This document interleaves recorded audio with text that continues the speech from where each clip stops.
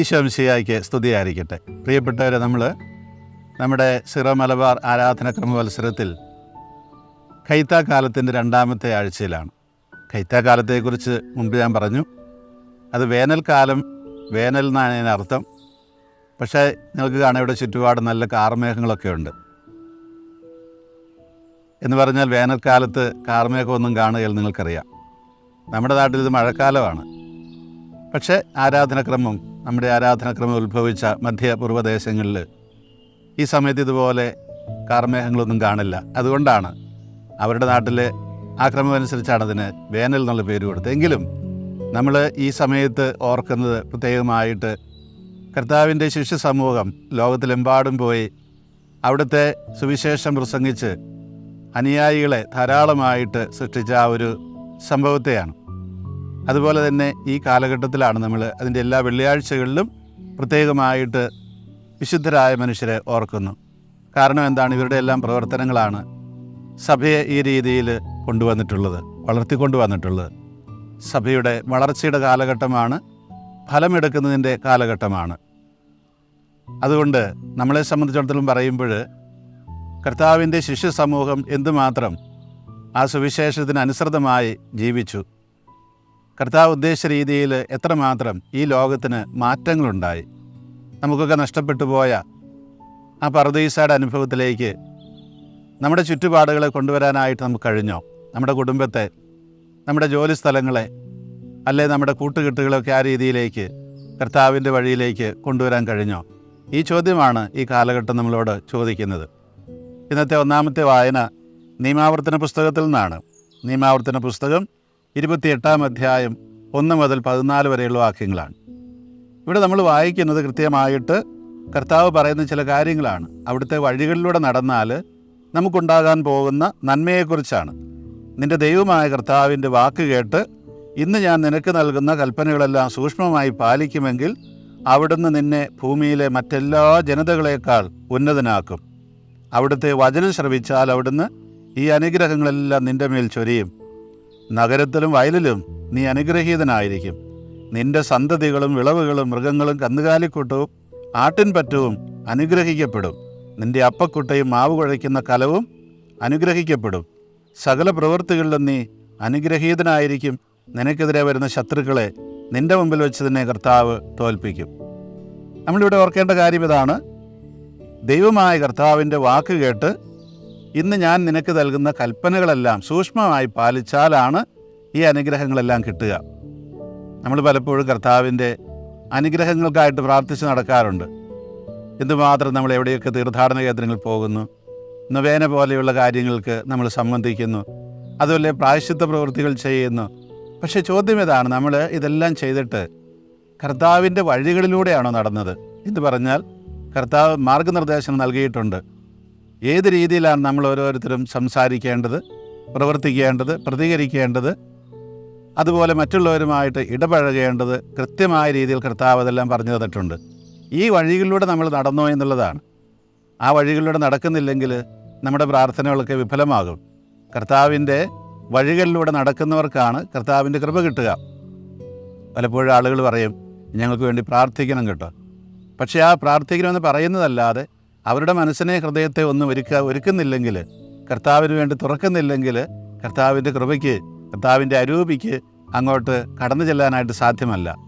ഈ കൈത്താക്കാലത്ത് നമ്മൾ ഓർക്കേണ്ടത്, നമ്മുടെയൊക്കെ ക്രൈസ്തവ ജീവിതം പുഷ്ടി പ്രാപിക്കുന്നത് ഈ രീതിയിൽ മാത്രമേ ആവുകയുള്ളൂ. കർത്താവിൻ്റെ വഴികളിലൂടെ നടക്കുക.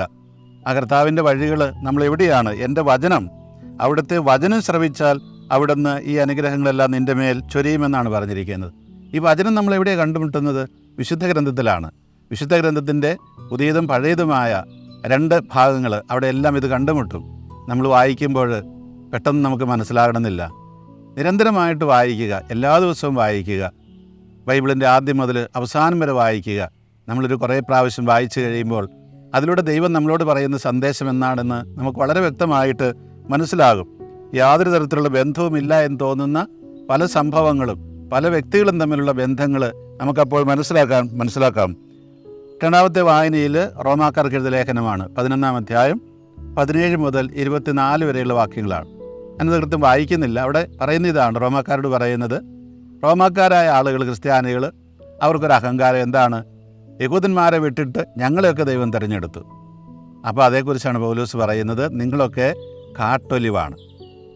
കാട്ടിൽ വളരുന്ന ഒലിവ്, ഫലമൊന്നും പുറപ്പെടുവിക്കില്ലാത്തത്. നിങ്ങളെ എടുത്തിട്ട് എന്താണ് ചെയ്തിരിക്കുന്നത്? യഥാർത്ഥ ഒലിവായ ഇസ്രായേലാകുന്ന ആ ഒലിവിൻ്റെ അതിൻ്റെ തായ്തണ്ടിന്മേൽ ഗ്രാഫ്റ്റ് ചെയ്ത് ചേർത്തിരിക്കുകയാണ്. അതുകൊണ്ട് നിങ്ങളൊരുപാട് അഭിമാനിക്കാനൊന്നുമില്ല. കർത്താവിന് വേണമെന്നുണ്ടെങ്കിൽ, ദൈവത്തിന് വേണമെന്നുണ്ടെങ്കിൽ ആ തായ്തണ്ടിൽ നിന്ന് ധാരാളമായിട്ട് ഫലം പുറപ്പെടുവിക്കാൻ കഴിയും. അതുകൊണ്ട് ആ തായ്തണ്ടിൻ്റെ ഉടമകളും അല്ലെ തായ്തണ്ടായിരിക്കുന്നവരും ഈ കാട്ടൊലിവിൻ്റെ ശാഖകളായ നിങ്ങളുമൊക്കെ എല്ലാവരും ഒരുമിച്ച് ചേർന്ന് ഫലം പുറപ്പെടുവിക്കണമെന്നാണ് പറയുന്നത്. അതുകൊണ്ട് ആരും അഹങ്കരിക്കേണ്ട കാര്യമില്ല.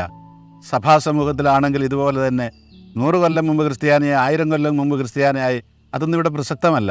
എത്ര കൊല്ലം മുമ്പ് എന്നുള്ളതല്ല, എത്ര നാൾ ക്രിസ്ത്യാനിയായി പേരിൽ ക്രിസ്ത്യാനിയായി നടന്നു എന്നുള്ളതല്ല.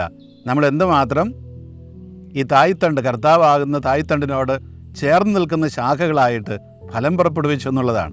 ആ ഫലമില്ലാത്ത മുന്തിരിച്ചെടി കൊണ്ട് എന്താ പ്രയോജനമുള്ളത്? അല്ലെ ഒലിവ് മരം കൊണ്ട് എന്താ പ്രയോജനമുള്ളത്? ഒരു പ്രയോജനമല്ല. അതിനെ വെട്ടിക്കളയാനേ പറ്റുകയുള്ളൂ. അപ്പോൾ കുറച്ചു കാലമൊക്കെ കർഷകൻ അതിനെ വളമൊക്കെ ഇട്ട് നോക്കും. കുറച്ച് കഴിയുമ്പോഴത് ഫലം പുറപ്പെടുവിക്കുന്നില്ലെങ്കിൽ അത് വെട്ടി നശിപ്പിച്ച് കളയും. ചുരുക്കത്തിൽ നമ്മൾ ഓരോരുത്തരും, നമുക്കറിയാം, നമ്മൾ ഭാരതത്തിലുള്ളവർ, നമ്മളാരും യഥാർത്ഥ ഇസ്രായേലിൻ്റെ അവരുടെ കൂടപ്പെട്ടവരല്ല. പക്ഷേ നമ്മൾ പുതിയ ഇസ്രായേലായിട്ട് തിരഞ്ഞെടുക്കപ്പെട്ടവരാണ്.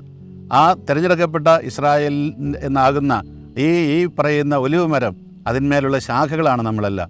നമ്മൾ കർത്താവിനോട് ചേർന്ന് നിൽക്കുമ്പോഴാണ് യഥാർത്ഥത്തിൽ ഫലം പുറപ്പെടുവിക്കുക.